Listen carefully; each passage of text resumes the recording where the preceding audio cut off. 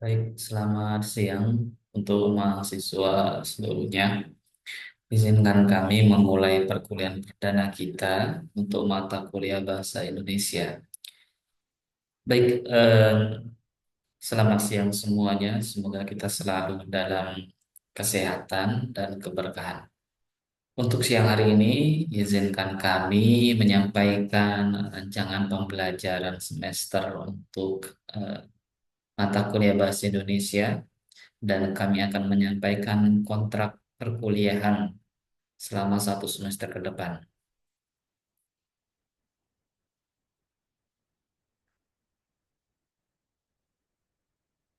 Baik, seluruh mahasiswa diharapkan mengikuti pembelajaran dengan aktif, dengan komunikatif, dan perlu diingat bahwasanya keterampilan berbahasa Indonesia merupakan syarat mutlak bagi mahasiswa Indonesia agar mampu mengutarakan pikiran kepada pihak lain secara efektif. Mata kuliah Bahasa Indonesia ini diharapkan menjadikan mahasiswa memiliki keterampilan komunikasi yang tinggi dalam ranah keilmuan dan ilmu pengetahuan, didasari oleh penguasaan atas pengetahuan atas fungsi-fungsi bahasa serta ragam dan larasnya. Keterampilan ejaan, tanda baca, kalimat, paragraf, dan jenis wacana, serta mereproduksi teks-teks dari berbagai sumber. Mahasiswa juga diharapkan mampu menulis dan berbicara dengan baik dalam bahasa Indonesia laras ilmiah.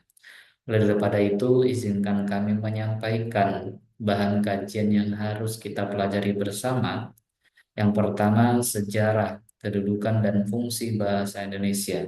Topik pertama ini menjelaskan bagaimana sejarah bahasa Indonesia itu muncul hingga kita gunakan eh, untuk keseharian kita, baik baku dan non-baku. Kemudian kedudukan bahasa merupakan hal utama dalam berkomunikasi, baik itu lisan maupun tulisan. Fungsi bahasa Indonesia menjadi jembatan komunikasi antar rakyat Indonesia. Melihat hal ini karena seluruh masyarakat Indonesia memiliki suku dan bahasa masing-masing. Suku menjadikan suatu bahasa dan bahasa itu menjadi alat komunikasi. Maka hadirnya bahasa Indonesia menjadikan jembatan interaksi komunikasi antar suku yang ada di seluruh Indonesia. Baik, yang kedua, ragam ilmiah dari pemilihan kata atau diksi. Pemilihan kata yang tepat memudahkan mahasiswa dan masyarakat berkomunikasi antar sesama. Baik, selanjutnya di poin ketiga, ejaan yang disempurnakan. Ejaan yang disempurnakan memiliki dampak yang signifikan dalam berkomunikasi tulisan dan lisan. Maka ejaan perlu disempurnakan dengan baik, dengan sempurna. Kemudian kalimat efektif. Kalimat efektif telah kita ketahui bersama bagaimana menyampaikan kalimat yang efektif dan efisien, tidak bertele-tele, dan memberikan poin utama kepada pendengar. Poin yang kelima yaitu paragraf. Bagaimana kita mengetahui paragraf itu disusun. Diharapkan satu paragraf memiliki nilai tersendiri, memiliki hasil atau kesimpulan di setiap paragrafnya yang mengalir dengan setiap kalimat dan itu menjadikan nilai informasi eh, nih poin utama dalam berinteraksi baik tulisan ataupun lisan. Kemudian yang keenam, jenis karangan.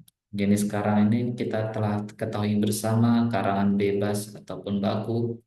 Jenis karangan ini banyak sekali tipenya. Namun, di sini karangan kami harap memiliki dasar secara ilmiah. Kemudian, poin ketujuh, membaca kritis. Membaca kritis diharapkan menjadi modal skill utama mahasiswa dalam berinteraksi, dalam me- menelaah poin-poin utama dari suatu artikel atau suatu bacaan. Yang kedelapan, penulisan karya tulis ilmiah. Penulis yang telah kita ketahui, penulisan karya tulis ilmiah berlandaskan pada asas keilmiahan yang telah kita ketahui, yang telah kita terapkan. Oleh pada itu, penulisan karya tulis ilmiah tidak bisa dikesampingkan dari topik ini. Maka kami harap mahasiswa ikut serta dalam penulisan karya tulis ilmiah sesuai bidang atau konsentrasinya. Yang terakhir sembilan yaitu pidato. Pidato baik itu pidato formal dan non formal, kita akan belajar bersama bagaimana menyampaikan hasil dari riset, bagaimana menyampaikan gagasan, bagaimana menyampaikan motivasi untuk pendengar atau ke audiens. Baik, adapun buku atau referensi yang kita gunakan, referensi utama yaitu dari Anggraini Asih 2006, mengasah keterampilan menulis ilmiah di perguruan tinggi. Kemudian dari buku Chair Abdul 2006, Tata Bahasa Praktis Bahasa Indonesia, Jakarta. Kemudian poin Departemen Pendidikan Nasional 2008, Kamus Besar Bahasa Indonesia, Pusat Bahasa, edisi keempat, Jakarta, PT Gramedia Pustaka Utama. Kemudian referensi selanjutnya Dwi Loka, Bambang, dan Rati Riana 2005, Teknis Menulis Karya Ilmiah, Jakarta, Rinika Cipta, dari Rinika Cipta. Kemudian Warsiman 2007, Kaidah Bahasa Indonesia yang benar untuk penulisan karya ilmiah. Baik, adapun pendukung, buku pendukung, nah, kita ambil dari Ahdia Sabati, Ridwan Sapura, yaitu pembinaan bagaimana kita menulis karya tulis ilmiah sesuai panduan. Broto Wijoyo, penulisan karya ilmiah Jakarta. Kemudian Keraf 1997, komposisi sebuah pengantar kemahiran kemahiran bahasa. Kemudian Swaswono 1990, pedoman menulis daftar pustaka, catatan kaki untuk karya ilmiah dan terbitan ilmiah Jakarta. Winker 1989, Reading the Research Paper, The Handbook, edisi ketiga. Kemudian untuk media pembelajaran kita menggunakan KBBI Online, Microsoft Office, dan perangkat lunak lainnya. Baik, untuk setiap momen pertemuan kita akan membahas beberapa materi, ya, mulai dari memahami membaca bagaimana macam fungsi bahasa dan penekanannya. Diawali dengan kontrak kuliah, penjelasan RPS, ya, itu di awal pertemuan kita. Mahasiswa diharapkan interaktif dan komunikatif. Mahasiswa membedakan macam-macam ragam dan laras bahasa yang hidup di pertemuan kedua. Pertemuan ketiga, mampu menulis dengan menggunakan ejaan dan tanda baca yang benar. Mahasiswa diharapkan bisa mengikutinya itu. Mampu menyampaikan perasaan, pikiran, dan keinginan secara runtut dengan ejaan dan tanda baca yang benar.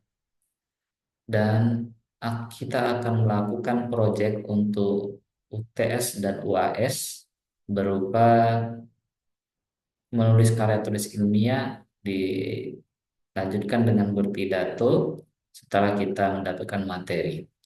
Baik, mungkin itu untuk pertemuan kita perdana ini. Kami harap mahasiswa ikut serta dan ikut andil dalam mensukseskan pembelajaran selama 1 semester ini. Terima kasih, selamat siang.